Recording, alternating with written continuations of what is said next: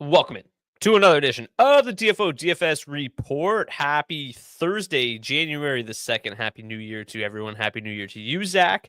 Hope everyone had a fun, safe New Year. We have a massive 12-game slate on our hands today, so we are not going to waste too much time. We are going to dive right in and learn all about this massive Thursday slate. So let's start with the goalies as we always do. We've got Elvis Merzlikins getting the start for the Columbus Blue Jackets as they host the Detroit Red Wings, who will counter with Cam Talbot. Sergei Bobrovsky gets the start for the Florida Panthers. It'll be Petr Kochetkov for the Carolina Hurricanes. For the Capitals, it's going to be Charlie Lindgren, Marc-Andre Fleury starting for the Minnesota Wild. Jonathan Quick gets the start with Igor Shesterkin out and Jeremy Swayman likely to go for the Boston Bruins. The Islanders and Maple Leafs will face for what seems like the seventh time in 7 days. It'll be Ilya Sorokin for the Islanders, Joseph Woll for the Maple Leafs. I'm like 99% sure that's been the exact same goaltending matchup for those games as well.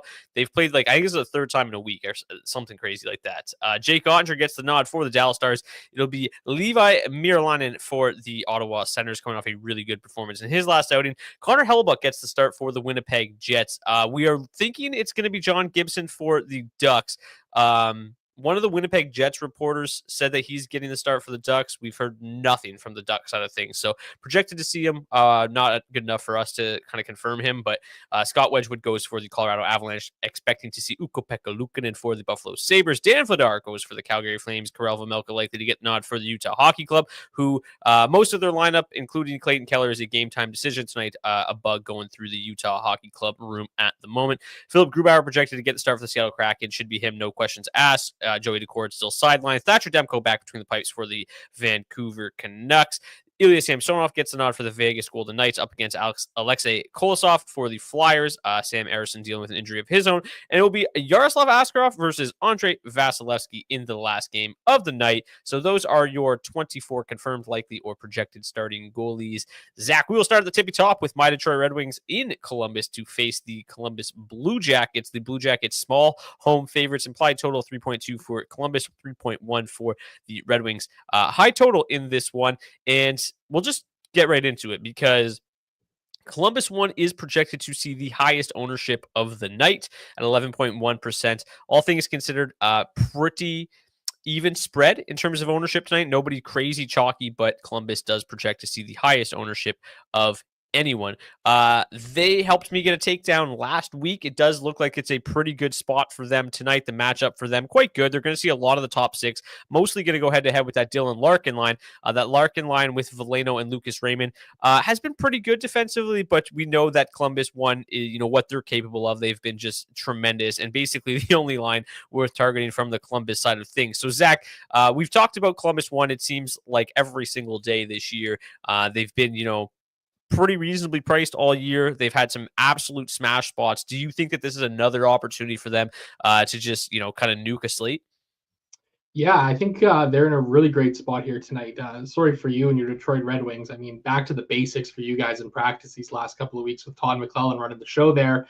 But the Red Wings haven't quite seemed to be able to, get their feet underneath them yet here. So I think this is a great spot here for the Blue Jackets top line. Probably a spot that I'm fairly comfortable getting a bit over the field on. I mean, these guys just continue to be productive. And the really nice thing about them is that they're generating a lot of high quality scoring chances too. 3.8 expected goals for per hour of ice time, 15.8 high danger chances per hour. I mean, those are just tremendous numbers right there. All three are putting up solid points. Kirill Marchenko is the guy who's the real shooter on that line, 10.9 shots on goal per hour of ice time over his last 20 games. So, if I'm building around Columbus one tonight, which I certainly am, I'm making sure to include Marchenko there. If you're doing any mini stacks, I think he's definitely the one guy there that you want to have in the mix, adding him with some Monahan or some Vronkov if you are going the mini stack route. But I'm very comfortable full stacking these guys, getting to the field on ownership, and honestly, probably a little bit over the field too. 10% doesn't seem like a whole lot for them. No, it doesn't. And, if you want to include Zach Werenski in the mix as well, they have the number 9 ranked power play of the night tonight. Their power play is red hot, though, 4th best over the last 10 games. The Red Wings PK has shown some improvements. It really couldn't get much worse than it was earlier in the season, but Still not really a penalty kill unit that scares me if I'm building around the Blue Jackets tonight. So yeah, I feel very comfortable getting to Columbus one. Obviously, Cam Talbot had a great start to the year. It hasn't been nearly as good the last couple of outings or last couple months even. So you've got obviously full correlation here on the top power play unit, including Zach Werenski would be obviously ideal. He's just been unbelievable so far this season. He does project to see a fair amount of ownership tonight as well. Projected to be the highest owned defenseman on the slate at 13.5%. So full stacking that entire unit is a popular build this evening. The lowest owned of the trio is Sean Monahan at about 9.5%. Any interest in any of the other Blue Jackets tonight, Zach, or should we move over to the Red Wing side of the puck? I think, the third line seems to be in an interesting spot here. They got a strong matchup score tonight. I don't know if I'm necessarily going to get there much. They're only projecting for 5% ownership. Really strong matchup score, 82.1. But in the same breath, this game doesn't have the highest pace score or anything like that. They have scored 2.9 goals per hour as of late, which is fairly decent. One other thing worth mentioning, too, that I like to do with Columbus one is mini stacks of Zach Werenski and one of the guys from the top line. I think that's a good way to mini stack, get a little bit of exposure to that Columbus one side too. Yeah, I agree. Getting as much Zach Werenski in always seems like a good idea if you've got the salary. On the Detroit Red Wings side of things, the top lines looked pretty good. Haven't really converted on many chances. A lot of the sample goes back to last year too, but Joe Veleno, Lucas Raymond, Dylan Larkin have had success together so far. And this also looks like a good spot for them, right? Like that matchup with Columbus one looks like one that's going to be pretty high event. Two lines that aren't necessarily great defensively, two lines that grade out pretty well offensively. So it could be a fairly high event matchup there. The rest of the Red Wings trios, I don't know how much I'm going to get there. In terms of ownership tonight, Detroit really not seeing a whole heck of a lot. Detroit won, grades out at 4.1% ownership overall this evening. They grade out 33rd overall in this game. Detroit 2 grades out slightly better at 29th, and they just need even less ownership. I'm obviously still fairly comfortable leaving Andrew Kopp off. He's not somebody that's easy to project having a big night. He's put up points occasionally, obviously flanked by DeBrincat and Kane helps. But man, Kane down to $4,400 feels like a pretty good price tag. DeBrincat at $5,900.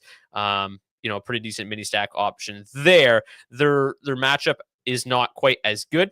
It's better than Detroit one. Pardon me. They're going to see a lot more of the third line of the Blue Jackets, which has struggled quite a bit defensively. So that line hasn't really generated a ton, but they have scored 4.4 goals per 60. Obviously, a pretty good number there. Detroit, this is an offense that's looked a little bit better under Todd McLellan. It's, small sample size, nice performance against the Capitals. They're definitely a team that's going to be looking to keep things rolling tonight.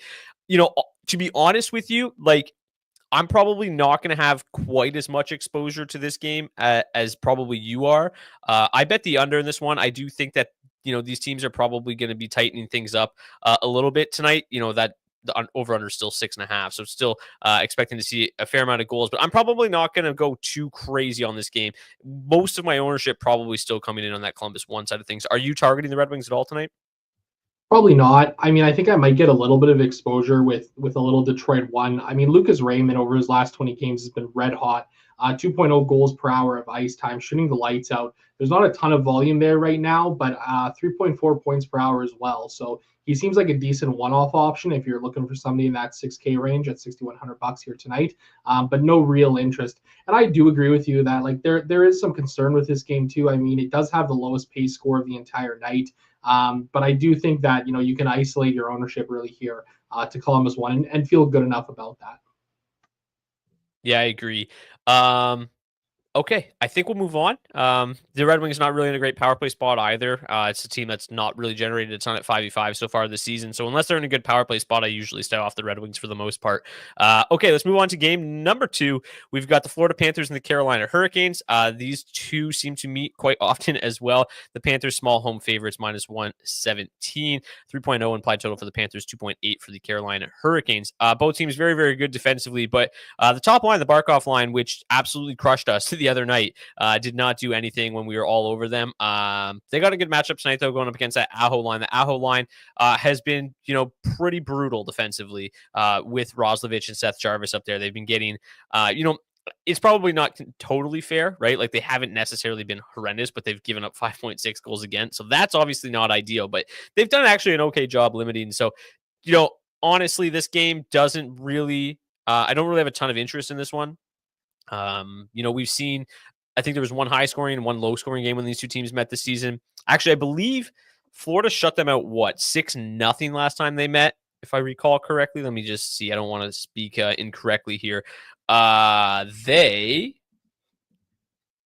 won 6-3 and then won 6-0 in back-to-back nights. So the Panthers have definitely had some success against this Hurricanes side of things this year. And I would agree that that's probably where I would go in this game again. If I do target this game, it would be more on the Panthers side of things. Top two lines looking pretty interesting. But if you miss it, there was warm-up changes. Again, that's another reason why you should join the DFO DFS Discord. Warm-up changes last game. Verhaeghe was bumped from Florida 2, replaced by Lusterine, and that unit looked really good. And just another reason to not want to play Verhaeghe tonight is the fact that he was also bumped from the top power play unit in practice yesterday.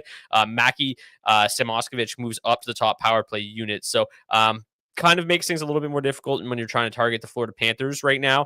Are you kind of in the same boat as the other night where it's mostly just you look at these lines and say Florida 1 feels like they've got the most upside and just kind of locking them in and fading the rest of this team?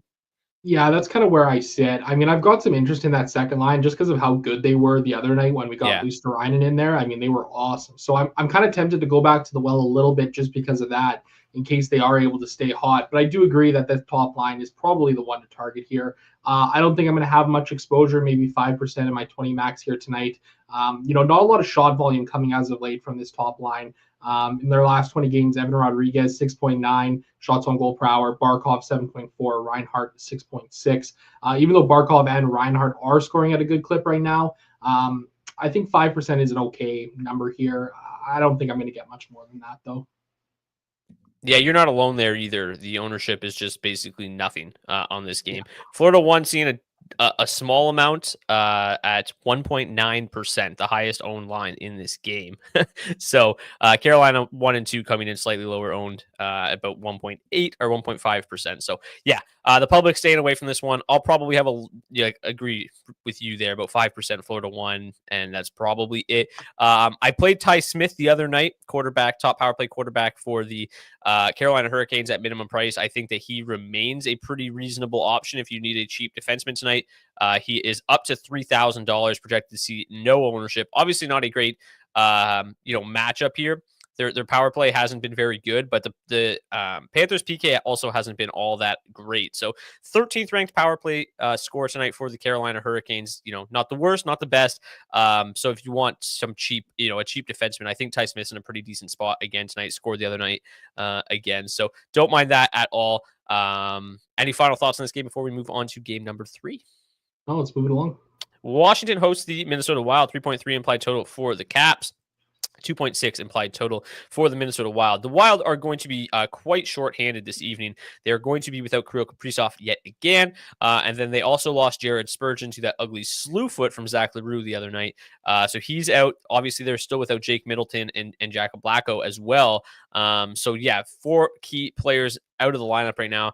Blue line definitely looking a little bit thinner than it has in recent games. Brock Faber was the one that moved up to the top power play unit after Spurgeon left the other night. Declan Chisholm moved on to the second power play unit, so we're expecting to see that be the case again this evening. Not great matchup for the top line of the Washington Capitals, but boy, that second line stands out tonight. They're going to see an absolute shitload of the second line of the Minnesota Wild, which the second line of the Minnesota Wild not all that good defensively. The top line struggling as well. The problem with the top line struggling is that the Capitals really like to roll out kind of their bottom 6 against that line. So not going to be a whole lot of matchup you can take advantage of unless you play on playing Nick Dowd this evening. So I think that most of my interest probably coming in here on Washington 2, which is unfortunate because Washington 1's the line you want to play with McMichael, Ovechkin, and company. I believe I read today that Marc-Andre Fleury, it makes sense that Marc-Andre Fleury is the goalie that Alexander Ovechkin has scored the most goals against in his career. Obviously, they saw a lot of each other back in Pittsburgh and Washington, and maybe a chance for him to get a couple more tonight and continue to chase down Wayne Gretzky. Are you interested in the Washington Capitals in this game? Obviously the top line doesn't have the best matchup ever, but the offensive metrics are still really good. And, given how short-handed this Minnesota Wild team is, I think I'm in on Washington tonight. Yeah, I am too. They're favorites in the betting market here tonight. I think they're in a really nice spot. I got more interest in his top line versus the second line. The concern for me with his second line is it's just a volume problem for me. And I just don't know if they're going to have the volume to really get there tonight. You take a look at that top line, and you mentioned Ovechkin going up against Marc-Andre Fleury. 46 games played in his career. Ovechkin has 27 goals on 237 shots for 11.4 shooting percentage. So he does love to go up against Fleury here, so I've got interest. And you look at Ovechkin's in these 3 games back from injury, 14 shots on goal and 2 goals in 3 games, 3 shots, 8 shots, 3 shots in those games. I've got interest here on this line. I mean, they're a little more on the expensive side. Obviously, at 20,300, they're grade out 13th best target, but there's just no ownership at all coming in on these guys, and I think they're too talented. And I think this is obviously the matchup's not great going up against Minnesota's third line here, which has really been their shutdown line this season. But I mean, these are guys that are very talented. Obviously, Ovechkin is Ovechkin. Connor McMichael's scoring has really cooled off here, only 0.7 goals per hour over his last 20 games. But he's still generating a lot of really high quality chances, 1.4 expected goals per hour of ice time. So probably due for a little bit of positive regression, get back in the goal column here. I don't mind getting to Washington 1 tonight. I think he may have talked me into a little bit of Washington 2 as well, but I'm not going to go too crazy with ownership on these guys here tonight. You take a look at their power play. Decent spot, though. That's one nice thing here. The 8th ranked power play over their last 10 games, 4th best matchup on the slate, going up against a Wild penalty kill that it's just really, really struggled. Obviously, it goes without saying here, but the Minnesota Wild are very disciplined too. 2.4 times shorthanded per game over the last 10. Washington, though, these guys, they're just so talented on the power play. They would be able to take advantage of any chance they could get. Yeah, kind of stole my thunder there. That's where I was going. Is the power play is really where most of my interest comes in this game, because that Wild penalty kill has been so bad.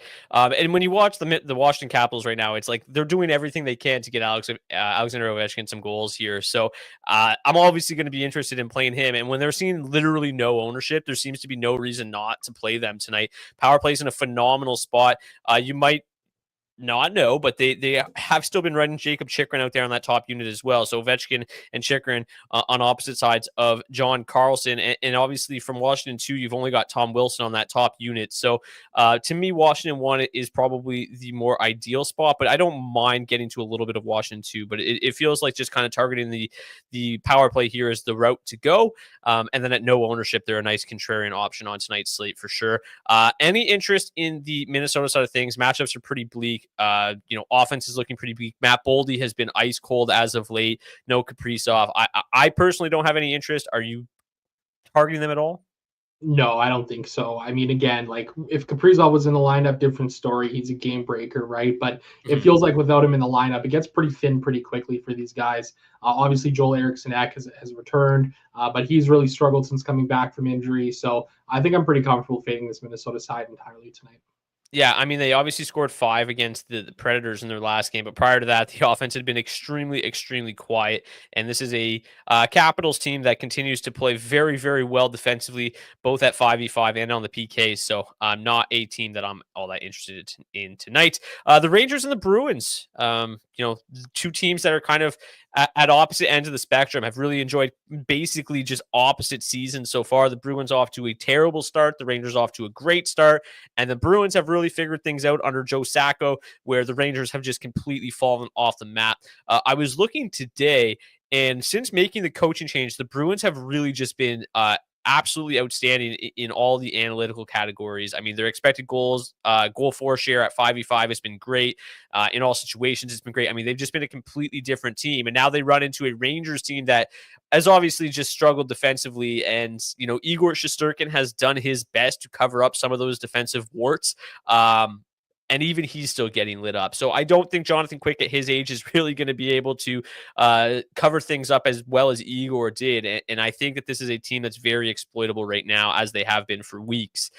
So I'm interested in Boston tonight. I haven't been all that interested this season, but things are looking promising. on the up and up for them since making the coaching change. The matchup's really, really good tonight. That top line specifically, Boston 1 has really been their best line. Obviously, David Pastrnak, the engine here in Boston. The offensive metrics don't jump off the board, but they've just been really, really solid. We've talked about Boston 2 quite a bit so far this season as well. Brad Marchand's had a pretty solid year analytically. Hasn't always translated to the score sheet, but definitely feels like a player that's, still generating a lot of chances. I'm sure you've got the numbers in front of you, exactly how many chances he's generating, but he's been around the biscuit quite a bit. Boston 1 grades out 8th bets, not really seeing a ton of ownership tonight either. Still fairly cheap with Morgan Geekie and Pavel Zacha. Zacha 4,400 and Geekie 36. So because they're so cheap, I don't necessarily feel like I need to get down to Boston 2, just because Boston 1 is obviously the better play, obviously in the better spot here. Just for reference, though, Boston 2 grades out to 25th and about $3,000 cheaper. So Boston 2's played better. We've seen a little bit better play out of Elias Lindholm as of late too, but just Boston 1 just seems like they're in the much better spot. In terms of the power play in this one too, Boston also looks pretty good. 11th best power play up against 17th ranked BK, overall the 7th best power play advantage on the slate. So start with the Bruins. Are you going there tonight at that 5% ownership? Yeah, absolutely. And I think I'm going to be over the field here. I mean, they grade out as the 8th best line to target on the slate as a whole, only projecting for 4.2% ownership. They're only $16,700 to full stack. Obviously, passes the guy that takes up the majority of that at $8,700. But being able to full stack this line with Morgan Geekie and Pavel Zacha is something that I've got interest in for sure here. Zacha, he's not really doing a whole lot out there right now. 0.9 goals per hour is a fairly good clip over his last 20 games. He is shooting 17% over the stretch, which is a pretty high number. But the nice thing about Morgan Geekie is that he's actually providing a bit of a solid floor here as of late. 9.4 shots on goal per hour of ice time over his last 20 games. I'll be honest with you, I was expecting to see a little bit more ownership coming in on this Boston 1 side of things here tonight. I'm definitely going to be over the field on these guys here in what seems like a really, really nice spot. They've been chugging along well at 5-on-5. The matchup is really solid for them. Going to spend 44% of their ice time going up against that Rangers top line, who has really struggled defensively here as of late. So I don't mind getting to Boston at all in this spot. And like I said, I'm going to be over the field on them in what seems like a pretty nice spot as a whole for the Bruins. Yeah, and if you aren't aware, I think it's been at least one game, maybe two, where they've gone to these just completely, 1A, 1B power play units, and maybe this unit won't see as much ice time as they would typically, but they fully correlate in the top power play unit or power play 1B or 1A, whatever you want to classify them as. But then Mason Lohrei on that power play unit gives you just another nice correlation value option to keep this stack even cheaper.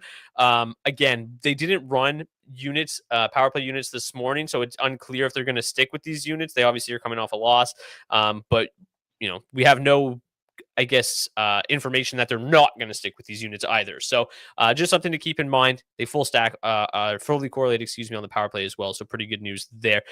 Any interest in the Rangers side of things? I mean, they're still scoring goals at an okay clip, but the Bruins have been very, very solid. The matchups aren't great here. Are you getting to the New York Rangers side of things? I mean, this is still a team that grades out pretty well offensively.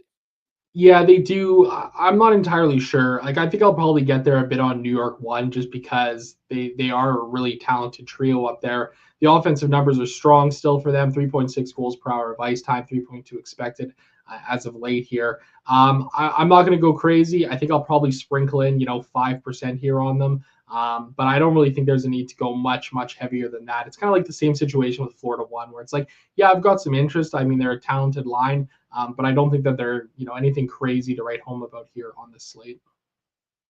Yeah, I think the one thing that has piqued my interest a little bit on New York 1 tonight is that they fully correlate in that top power play unit. Obviously, last game, they as I mentioned, they moved Mika Zibanejad off that top unit and replaced him with Alexis Lafreniere.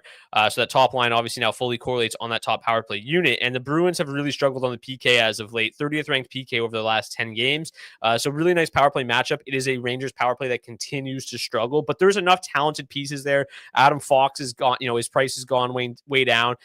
New York 1 in an okay spot. They grade out 4th best overall at 5%. So I'm buying in for sure tonight. I don't mind the matchup just because maybe it's not great at 5v5, but on the power play, it looks like they're in a pretty good spot. And even if it's not a great matchup at 5v5, this is still, I talked about it, I think it was on Monday, that I dug into the numbers here a little bit on New York 1. And like, have they just been shit lately? And a lot of their sample is just from earlier in the season. And it's not really been the case. They're still generating a lot of good looks. So this is a team that just sucks defensively. Offensively, they're still putting up reasonable analytics. So I'm in on New York 1 tonight. I'll probably be over the field. Not going to smash them, not going to slam them into my lineups, but I'm definitely going to have some exposure.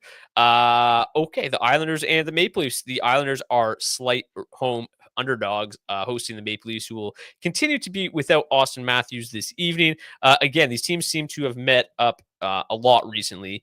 Matchup wise, looks pretty good on the New York Islanders side of things, not so much on the Maple Leaf side of things. I know you specifically don't play the Islanders very much at all. So they met on New Year's Eve. The Maple Leafs won 3-1. Then they met right before the holiday break, and the Islanders won 6-3. So not really a whole lot to go off of in those two games. Neither team has really dominated the other to this point. William Nylander had 2 assists in their last game. But the problem with William Nylander right now is he's on a line with David Kampf. And yes, David Kampf scored in that game, but I mean, that doesn't really look like a line that I want to target all that much. The analytics for them are not strong whatsoever. So to me, the top line of Toronto 1 is probably the line to target there. But to be honest with you, this is just a game that I don't think is going to have a lot of fireworks, and a game that's not going to be very high scoring. And it's probably not a game that I'm going to have a whole lot of exposure to. If you take a look at the big board here, I mean, you have to go all the way down to 20th, to find New York 2 there. New York 1's up here. My apologies. The Islanders top line grades out 12th best, then Islanders 2, 20th best, then Toronto 1 at 21st. But none of them really seeing more than 3% ownership tonight. So a game that the public's not getting to, and also a game that I'm happy to just probably stay away from. Yeah, I agree with you to a certain extent. I've probably got a little bit of interest here in Toronto. I mean, they have really found ways to still score a lot here as of late, even without Austin Matthews.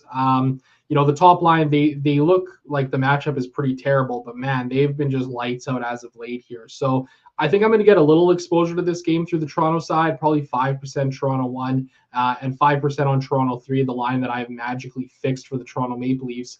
Still waiting for that check in the mail. So if somebody can get in touch with anybody at MLSE, that would be great because I could use it right now. Bobby McMann has been just lights out as of late. 1.9 goals per hour of ice time, 9.3 shots on goal per hour. They're just shooting the lights out, 5.1 goals per hour of ice time.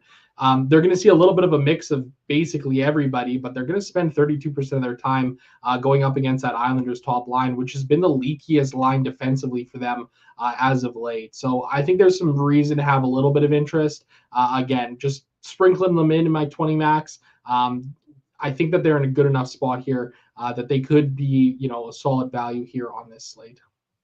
The power plays in this game, neither in a tremendous spot, both in okay spots, 8th and 12th. The Maple Leafs power play in a decent spot, but the Islanders just don't take any penalties. So, a game that I'm mostly going to stay away from. If I do have any exposure to this game, it's probably just going to be, as you mentioned, Tavares and Marner. They've been very, very hot. Marner has got 13 points, I think, in his last 9 games. He's been great. He's been great all season. Really trying to earn a paycheck. Okay, the Stars and the Senators. So the Stars are large favorites here, minus 190. Obviously, Maryland getting the start again for the Sens. Looked great the other night, so I'm not going to just completely disregard him. But obviously, a goalie with not a whole lot of experience at the NHL level.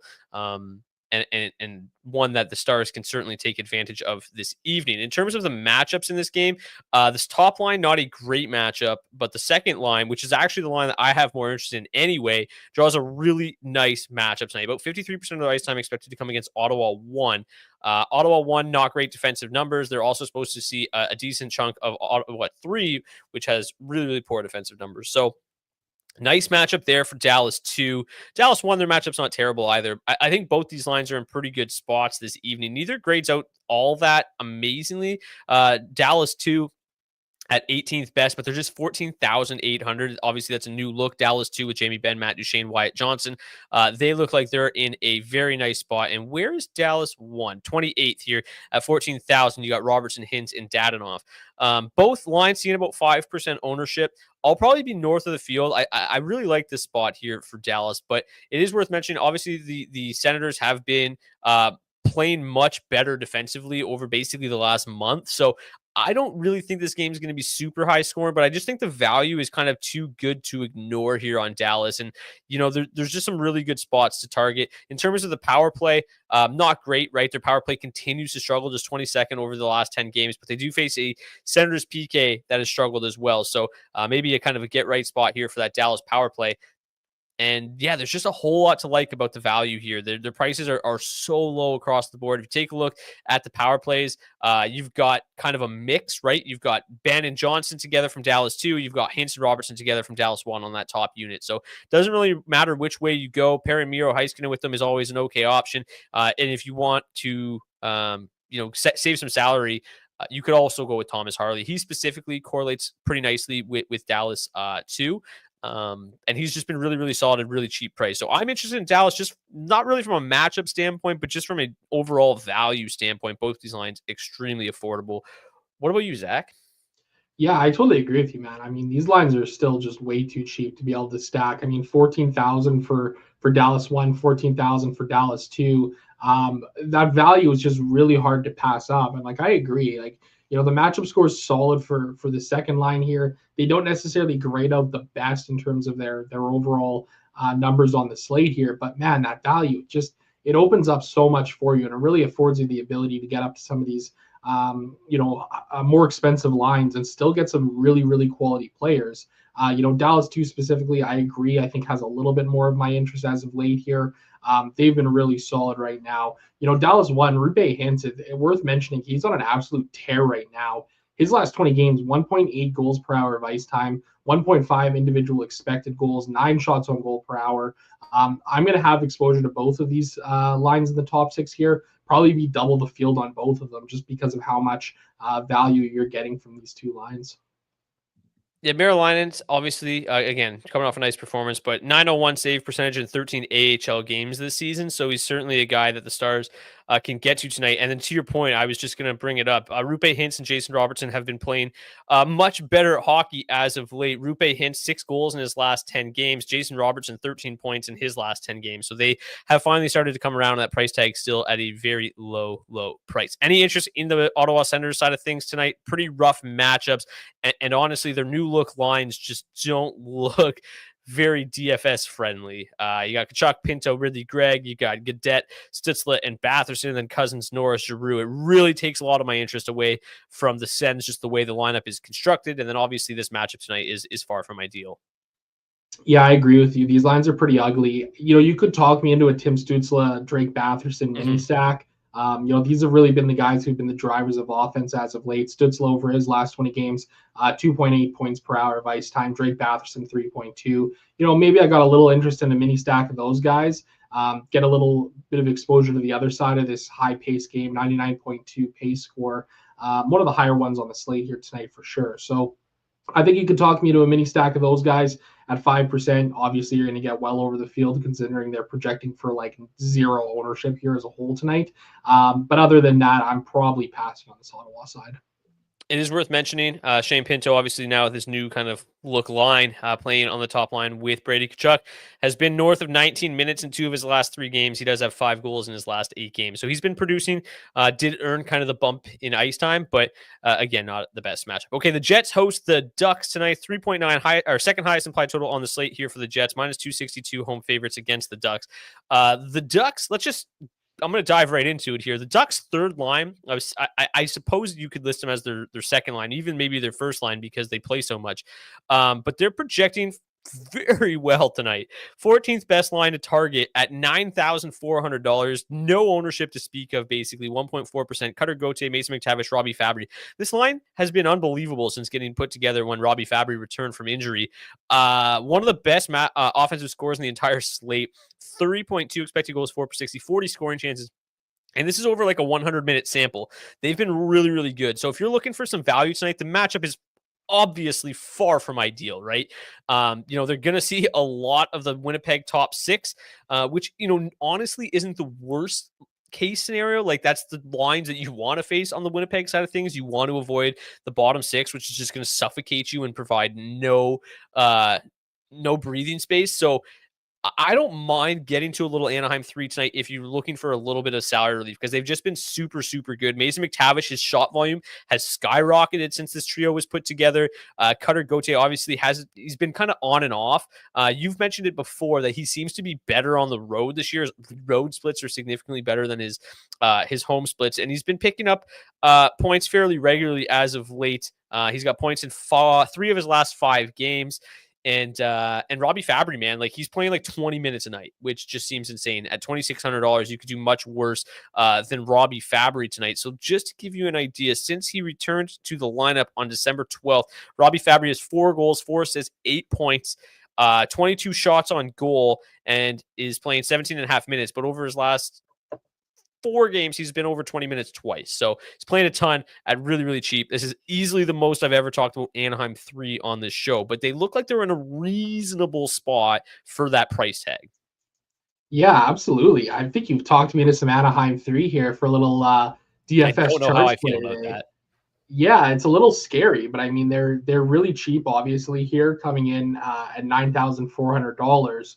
You could pair them up with legitimately anybody here on this slate as a full stack, and still have some salary left on the table to do some other things with your defenseman, your goaltender. Obviously, going to be a tough matchup going up against Connor Hellebuck here, but man, I don't mind this whatsoever. You mentioned Cutter Gauthier's splits here on the season, 8.3 DraftKings points per game on the road, 5.6 at home on the season. I think this is an interesting enough spot here for this Ducks third line. I don't have any interest in any of the other Ducks lines. The top line is going to be going up against that bottom 6, specifically the third line of the Jets, which is their just tremendous shutdown line, really chokes the other team out. So yeah, I've got some interest here in Anaheim 3. I'll be getting to them here tonight since you've talked me into them. And then obviously Winnipeg. I mean, what do you need to really say here about these guys? This top line for the Jets is one I'll absolutely be targeting. Projected for 8.9 ownership, 8.9% ownership, going to be one of the highest owned lines on the slate here, but for good reason. I mean, the Ducks are just terrible defensively here. So kind of an interesting spot here in this game. I don't mind this whatsoever, Brock. Yeah, I mean, Winnipeg won. Honestly, their ownership is staggering. I thought for sure they'd be the highest owned line on the slate here, especially with John Gibson getting the start or expected to get the start for the Ducks. Really, really good spot for them here. Obviously, their power play has been unbelievable too, right? Number 1 power play still over the last 10 games, going up against 21st ranked PK. Great spot. That's a line that relies on their power play. The offensive matchup is okay. It's pretty good. Their offensive numbers are outstanding. Winnipeg 1 looks great. They grade out second best overall at 21,700. Honestly, such an affordable price tag still. They just refuse to bump up Gabe Vilardi's price tag. Still is 5,500. One of the best value plays on any given slate. Love Winnipeg 1. Going to be just jamming them into my lineups again tonight, especially if Gibson gets the nod. But yeah, I don't think that anybody needs to be going too crazy with Anaheim 3 tonight, but like you can full stack Tampa Bay 1 and full stack Anaheim 3 and still build a reasonable lineup. You can do the same thing with Colorado if you want a game stack with Winnipeg. Like the Jets have been obviously, Hellebuck is unbelievable, but the Jets are still, somewhat gettable, in terms of giving up goals. 2.5 expected goals against per 60 at 5v5 over the last 10 games. Far from bad, but it's there. You can put up a goal or two, and that's all you need from Anaheim 3, and they've been red hot. I just want to pull up Mason McTavish's numbers because he was basically just dead for like the first 2 months of the season. Wasn't shooting, wasn't doing anything, and then lately he's just been, firing the biscuit like crazy. So over his basically since Robbie Fabry got back and this line was together, he's got 5 points in 9 games, 27 shots on goal in those 9 games. So 3 shots on goal per game, really solid floor there for a guy that's outrageously cheap. Enough about Anaheim 3. Any final thoughts on this game before we move on to Colorado and Buffalo? Yeah, one more quick note here. Obviously, like the power play for the Jets has been just tremendous this season. Incredible matchup here tonight going up against the Ducks. On that note, Nikolai Ehlers looks like he could be a really nice play here tonight too. Obviously correlating on the top power play unit. In his career going up against John Gibson, 10 goals in 15 games played. Kyle Connors also had a lot of success with 9 goals in 15 games. So Ehlers could be a really nice play here at $5,700, projecting for 6.2% ownership. Nick Ehlers, since returning to the lineup, 7 points in his last 6 games, 14 shots on goal. Man, if he just ever saw like 18 minutes of time on ice, like he would be unbelievable. Guy's been hovering around 50 minutes his whole career. It's so sad. I have him in season-long fantasy every year. I'm like, this is the year he's going to play a bunch, and never does. Okay, Colorado and Buffalo. The Avs, obviously large home favorites here, 3.8 implied total against the Sabres, who, the Sabres have started to show signs of life. I don't, again, know how much I'm buying in, but their defensive metrics and their defensive metrics continue to be pretty poor, 2.9 expected goals against per 60 over the last 10 at 5v5. Penalty kill is still just meh. But man, this Avs power play, like we just keep saying, it's going to figure it out eventually, and it just has not happened at all. 29th, I mean, that's just shockingly bad. But again, I'm buying in. Like, I'm not going to shy away from them tonight. I will mention and get it out of the way here. Valeri Nichushkin is out this evening. So we don't actually know exactly what the lines are going to look like. After he got hurt last game, this is kind of what they went with Rantanen going back up with Lehkonen and McKinnon. I think that makes perfect sense. Drouin, Middlestad was on the 4th line, so he naturally moves back up. Colton back to the wing. This makes sense to me. But if you are targeting the Avs tonight, just know that things could change. I would build like this, especially if you're targeting Colorado 1, because you're going to have a lot of salary invested, and it'll be easier to pivot that way. But just know that we're not 100% sure on the Colorado lines. These are just what they went with after Valeri Nichushkin got hurt the other night. So Colorado 1, if those are the lines, just grades out 3rd best overall. Seeing just 6.2% ownership, obviously outrageously expensive at 24,700. But the matchup here is glorious, right? They're going to see basically all of their ice time against either Buffalo 1 or Buffalo 3. Buffalo 1, horrendous defensively. Buffalo 3 is okay. But this is obviously just a good matchup. I don't think we need to dig into the numbers too crazy here, right? Like the Sabres have not been very good defensively. The Avs, obviously, especially that top line, outstanding at 5v5. And then basically, like, if they ever figure out the power play, they're going to be great. The other thing that's worth mentioning, excuse me, is that this is a game in which the Avs should win. And if they win, they're almost certainly going to score an empty net goal.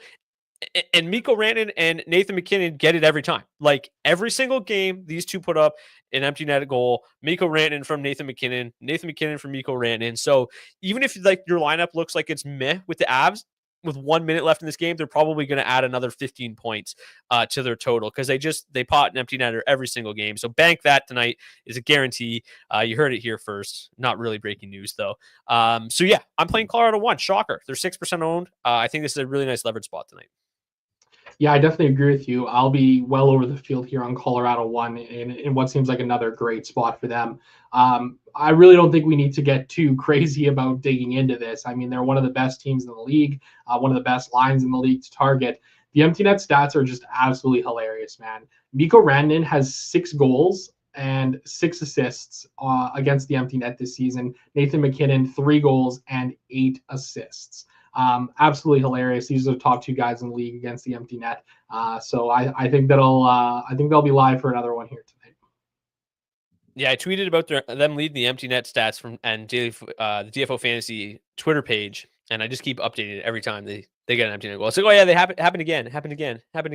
And it really starts a lot of back and forth, because apparently last year some Lightning fans or some Avs fans were calling Nikita Kucherov an empty net merchant when they were kind of battling for the points lead, and now it's the opposite because the Avs have been just empty net merchants this year. With Scott Wedgwood getting the start instead of Mackenzie Blackwood, any interest on the Buffalo side of things tonight, or are you mostly just staying away? Yeah, probably just staying away. I mean, I think you could probably talk me into a little bit of this Buffalo 1 line. 3.8 goals per hour. They've been generating some offense here. It does feel like a bit of a tougher matchup, though. I don't mind the over as a whole in this game. I think there's going to be some offense coming from this Buffalo side of things. Maybe you'll talk me into a little bit of Buffalo 1 here, 5%.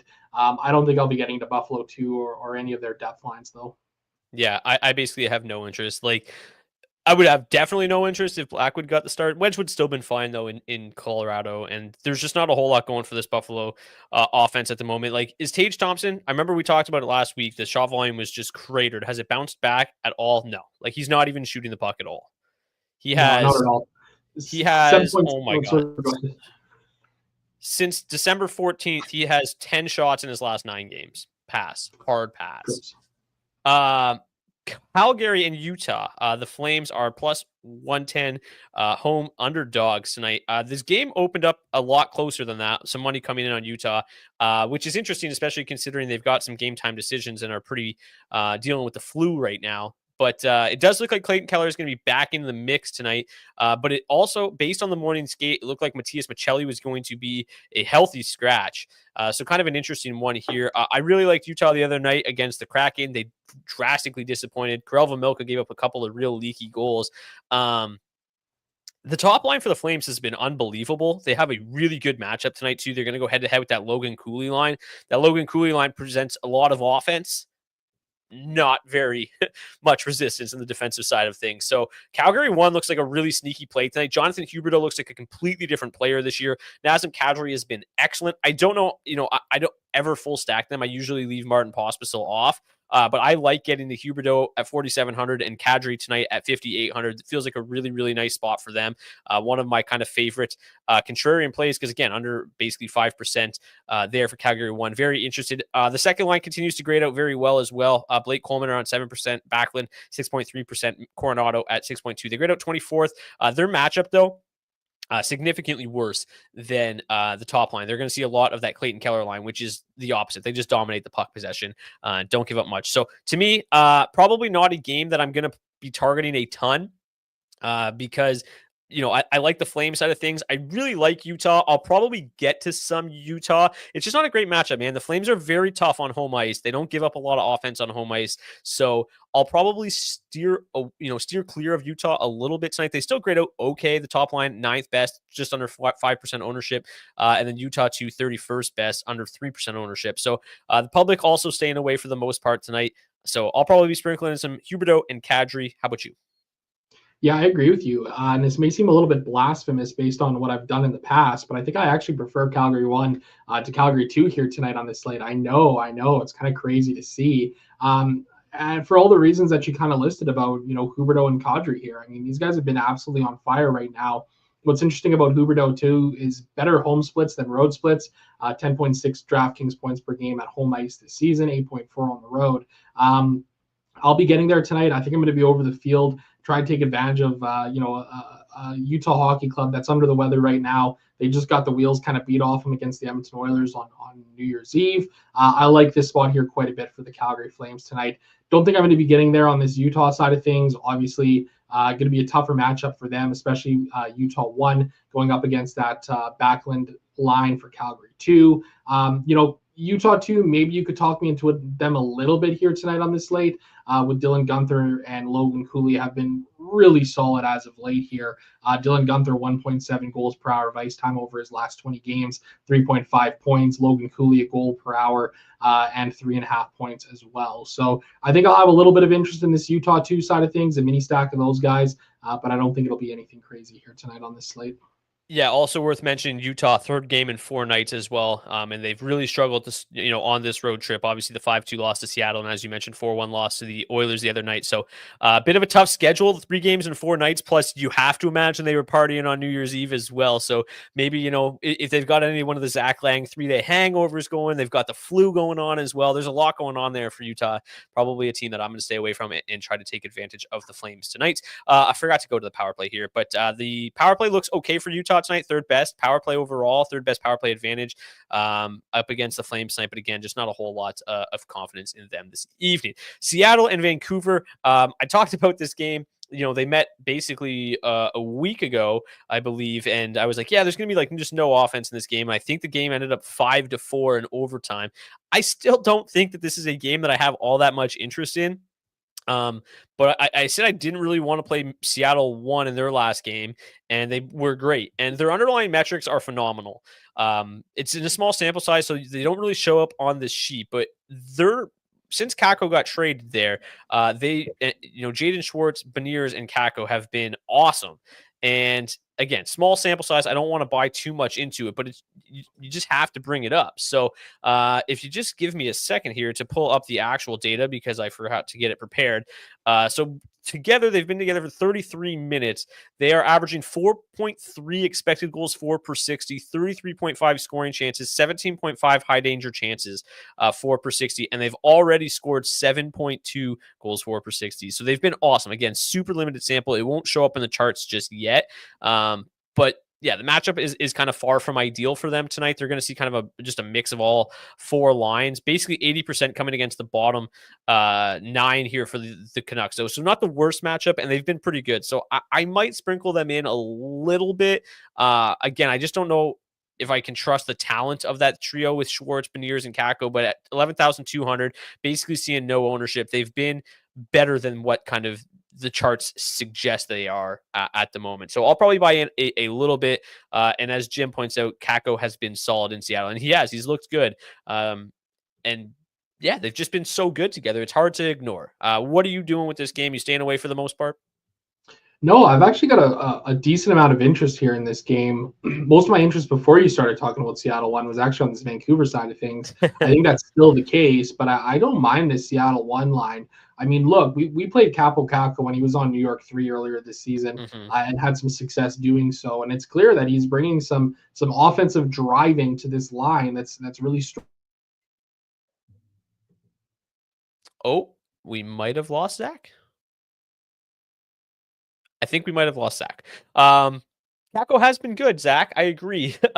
Coming off 10 shots in 5 games since joining the Seattle Kraken, coming off a 5-shot performance in his last game. I will take over here while we wait for Zach to come back. Oh, are you back? I'm back.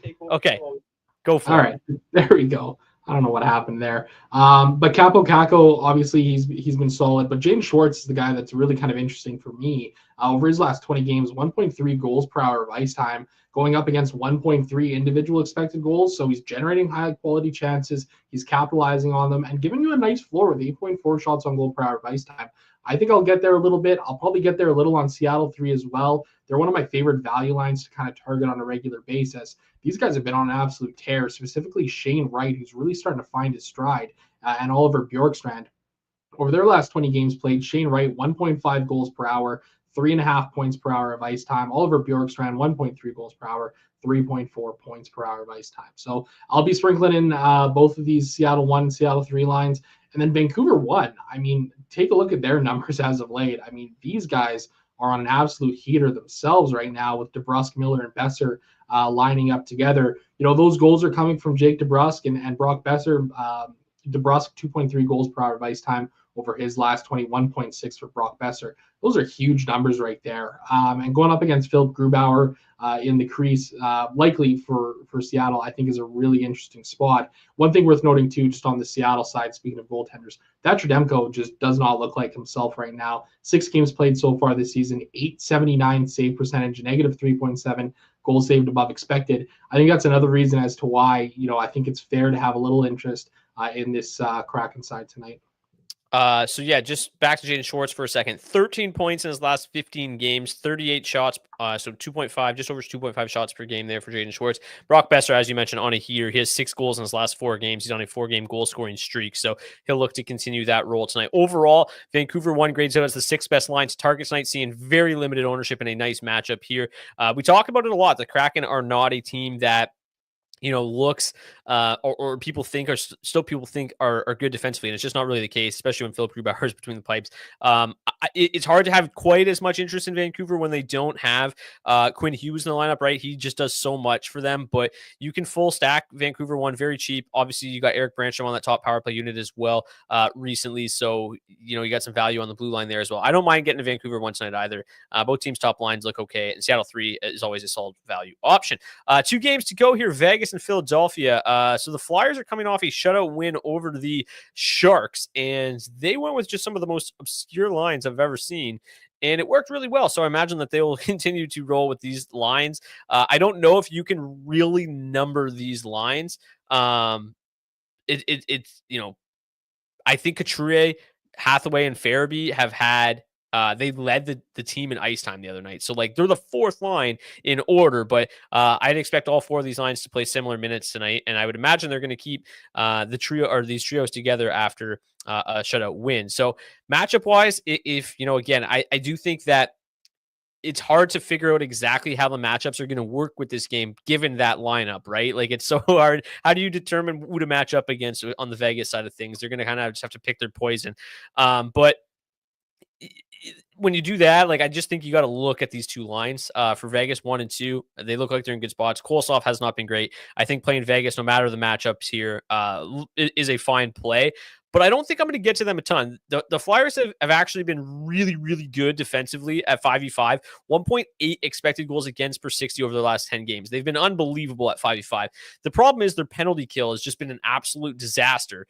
They have been the worst penalty kill over the last 10 games. So that is kind of the spot in which I'm interested in targeting the Golden Knights tonight. And just hopefully they can get something done on the power play. So they're not going to grade out really well because of the 5v5 matchups not being great.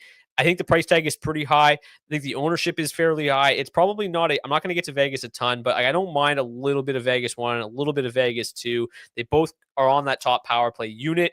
You've got Eichel, who has Eichel, Olofsson, Stone fully correlate, correct? And then you've got Tomas Hertl up there as well. Yeah. So to me, looking at this, Vegas 1 would be the obvious play, right? And hoping that it gets done on the power play. Any interest in this game?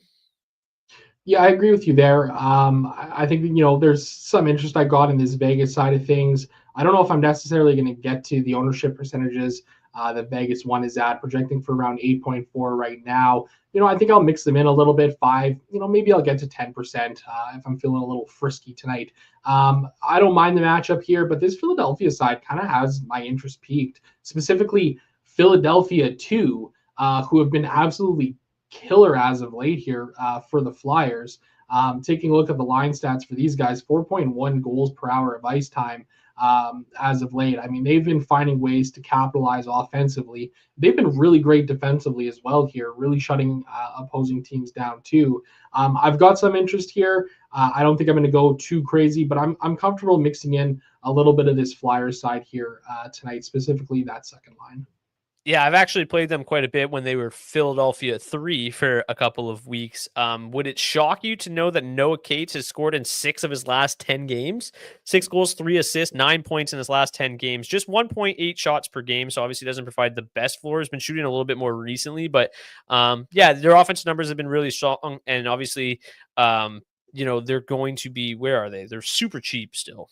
8,400. So yeah, I don't mind getting there. Like, if I'm going to recommend Anaheim 3, I don't mind getting to Philadelphia 2 in what should be a better matchup. Samsonov coming off a really nice game in his last outing. He stopped all 31 shots that he faced. He's been red hot as of late. A bit of a kind of sluggish month of November, but he's been great, or was great, in December.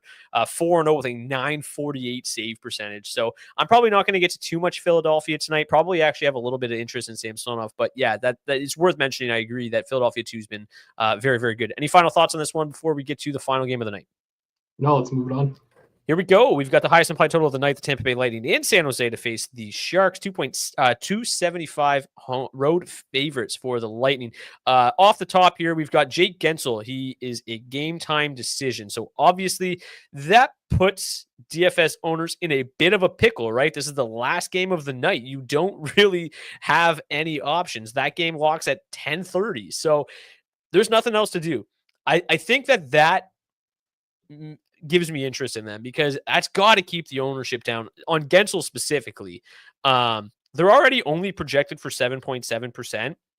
So I'll be over the field as is. They're ridiculously expensive. Gensel, they haven't played in forever. And Gensel has been practicing. So I think he plays.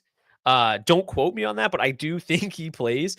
And if he does, you'll probably get him at pretty modest ownership. I think that obviously the route to go would be just to try to full stack this line, and just keep a defenseman in this game as well, whether it's from the Sharks, whether it's from the Lightning, and just give yourself that pivot option. Because like, if you go down from Gensel at $8,100 to Brandon Hagel at $7,500, not the worst pivot, right? Like, that's just going to end up being the play. So,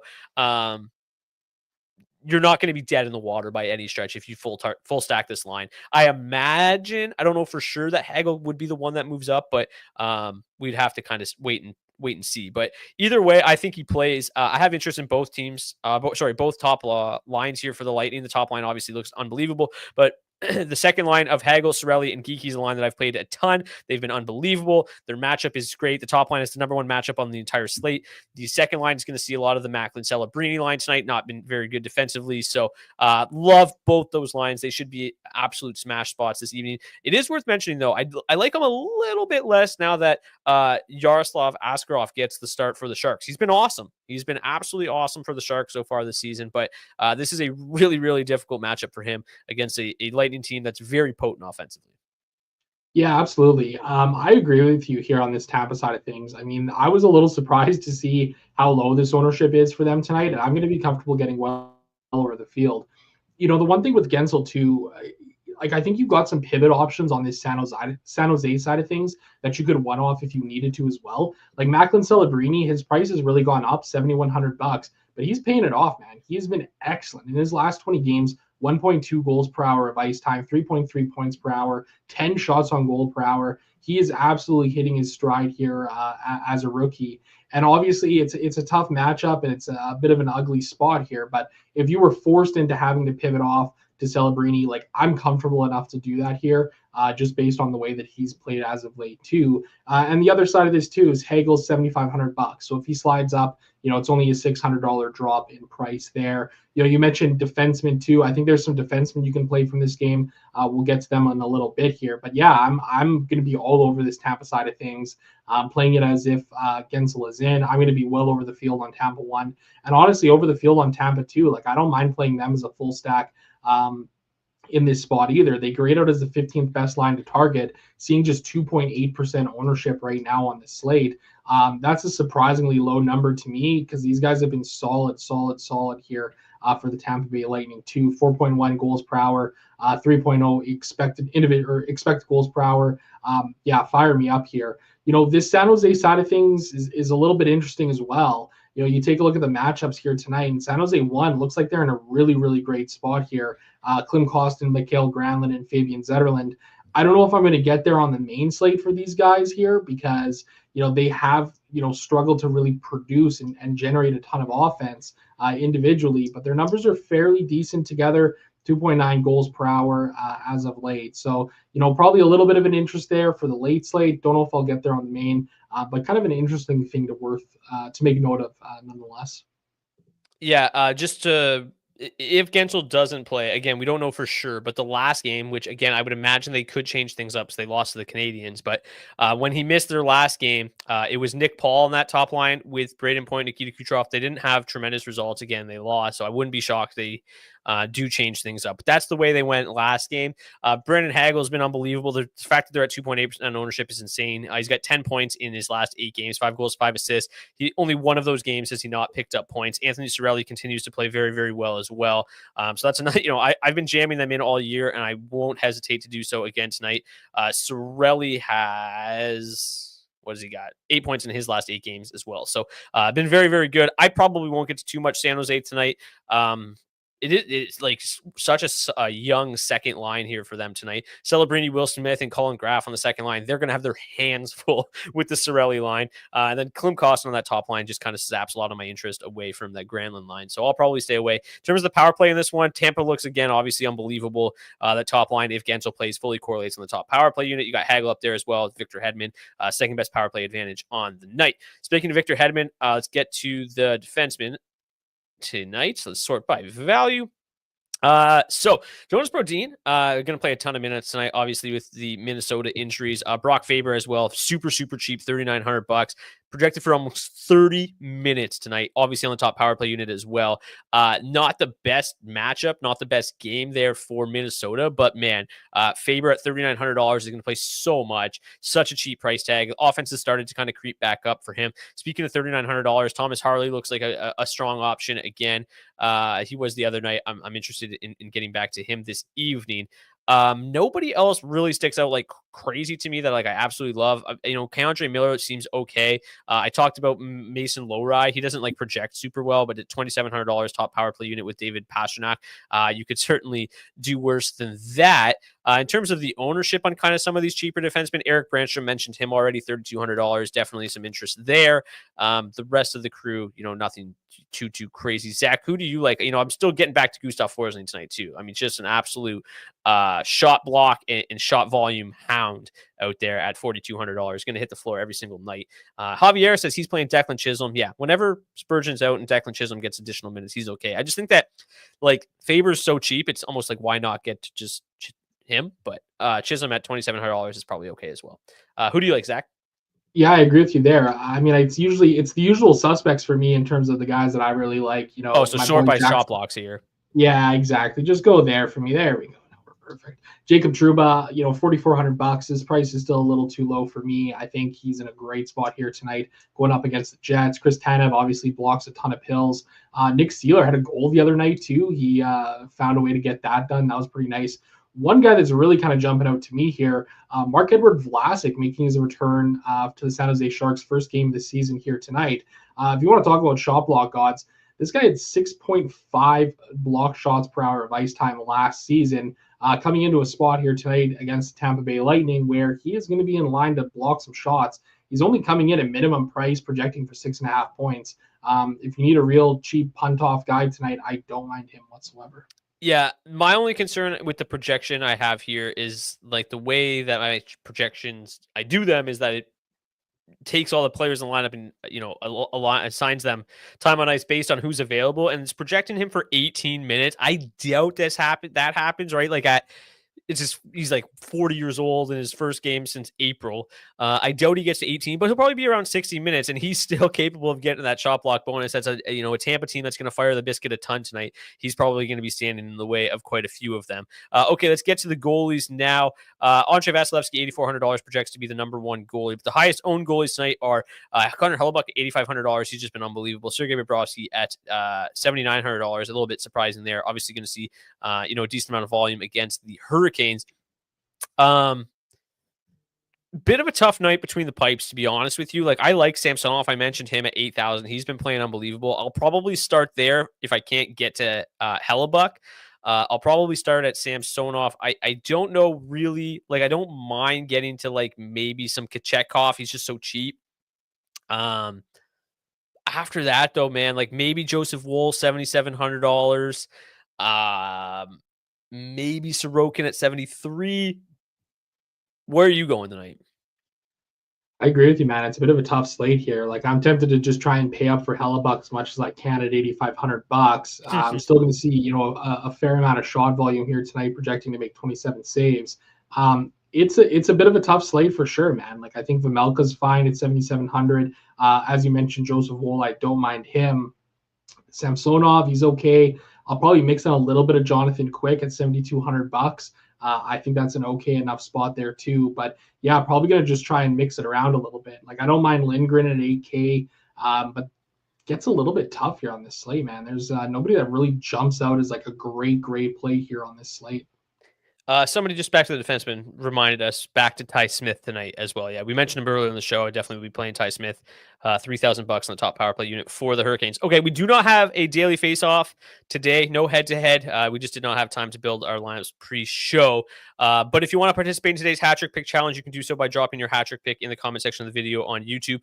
I honestly haven't had a chance because it was so busy with all the New Year's Eve festivities to see if anybody won the other night, the highest scoring DraftKings player. So I'll have to go back and look that up. And if you did, make sure you let me know on Twitter and we'll hook you up with some prizes. But if you want to participate in today's hat trick challenge, drop your hat trick pick in the comment section of the video on YouTube. If your player scores a hat trick, got a lot of players to choose from tonight. We'll get you a $25 gift card to nationgear.ca. While you guys are thinking about it, Zach, you as well. Shout out to our friends at RotoGrinders.com for providing projected ownership for today's show. If you want to get $20 off your first month of RotoGrinders NHL Premium, you can do so by clicking the link in the description of the video on YouTube. You can also join our DFO DFS Discord there as well. Talking puck all day long. We also drop all of the warm-up lineup changes, injury news in there, so you don't miss a thing. I think I won our last head-to-head. Did I or did you? I do not know, actually. Let's just say we split it. Okay. I will go first then, and my hat trick pick will be, I'm going to go a little funky tonight. Give me Nazem Kadri. That one's funky. I'm going to go funky too. Give me Nick Ehlers. Mentioned him earlier. Loves going up against John Gibson. 0.8 goals per hour of ice time over his last 20 games. 1.4 individual expected goals. He is due for some positive regression. We have over 1,500 people watching live. Thank you guys so much for tuning in to another edition of the DFO DFS Report. If you're watching on YouTube, please smash that like button, hit the subscribe button as well so you never miss an episode. Really, really helps us grow that new channel. And make sure you're also subscribed to the other Daily Faceoff YouTube channel. So many good shows every single day. You got the Morning Cup of Hockey in the morning. You got DFO Live with Frank and Tyler in the afternoon. And then you've got Jeff Merrick in the sheet in the evening. And then we close out the day here on the betting channel with the DFS report. So a lot of good stuff at dailyfaceoff.com. Looking forward to another great year in 2025. Best of luck tonight. We'll see you guys back here same time, same place tomorrow. Until then, cheers.